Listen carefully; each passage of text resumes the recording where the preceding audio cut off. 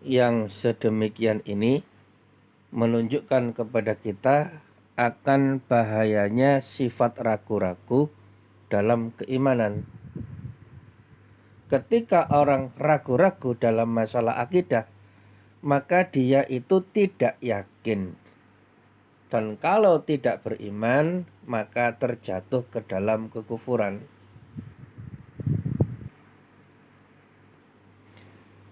Misalkan seseorang itu ragu akan kebenaran Islam. Dia tidak menyatakan kebenaran Islam, tapi juga tidak menyalahkan karena dia ragu-ragu. Maka yang sedemikian ini bukanlah beriman. Dan orangnya tidak disebut sebagai mukmin. Dan akidah dalam Islam itu harus diyakini dengan sebenarnya, tidak boleh ada keraguan. Dalam surat Al-Ahzab ayat 36 Allah Ta'ala berfirman, "Wa ma kana lil mu'minin wa la mu'minatin idza qadallahu wa rasuluhu amran ayyakuna lahumul khiyaratu min amrihim. Wa may ya'sillaha wa rasulahu faqad dhalla dhalalan mubina." Dan tidaklah patut bagi laki-laki yang mukmin dan tidak pula bagi perempuan yang mukmin apabila Allah dan Rasul-Nya telah menetapkan suatu ketetapan, akan ada bagi mereka pilihan yang lain tentang urusan mereka. Jadi kalau Allah dan Rasul-Nya sudah menetapkan, maka seorang mukmin harus ikut, harus sami'na wa ata'na. Wa may ya'sillaha wa rasulahu faqad dhalla dhalalan mubina.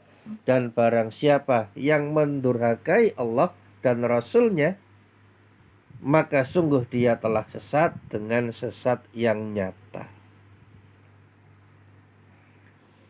Maka seorang mukmin itu harus yakin akan Islam, harus yakin akan kebenaran Rasulullah Shallallahu Alaihi Wasallam.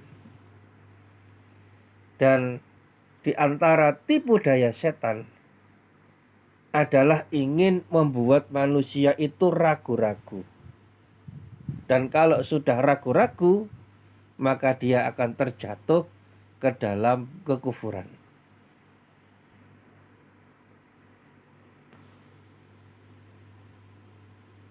Dan apabila seorang mukmin diganggu dengan keraguan-raguan oleh setan, maka hendaknya segera kembali kepada Allah Subhanahu wa ta'ala. Dalam hadis riwayat Bukhari nomor 3276 dari sahabat Abu Hurairah radhiyallahu anhu bahwasanya Rasulullah sallallahu alaihi wasallam bersabda, "Ya'ti syaitanu ahadakum fayaqulu man khalaqa kadza man khalaqa kadza." Setan mendatangi salah seorang di antara kalian, kemudian setan itu membisikkan, siapa yang menciptakan ini, siapa yang menciptakan itu. Nah, tentunya orang yang beriman akan mengatakan, yang menciptakan ini dan menciptakan itu adalah Allah. Nah, namun setan tidak berhenti di situ, dia goda terus. Hatta yaqula man khalaqa rabbaka. Setan mengatakan, kalau begitu siapa yang menciptakan Tuhanmu? Fa iza balaghahu falyasta'id billah wal yantahi. Kalau dia digoda dengan godaan seperti ini, maka hendaklah dia bersegera untuk berlindung kepada Allah Subhanahu wa taala dan dia sudahi berpikir tentang ini, sudah tinggalkan. Kenapa? Karena ini adalah godaan setan. Maka kalau ada orang tiba-tiba kok kepikiran seperti ini, maka itu adalah godaan setan.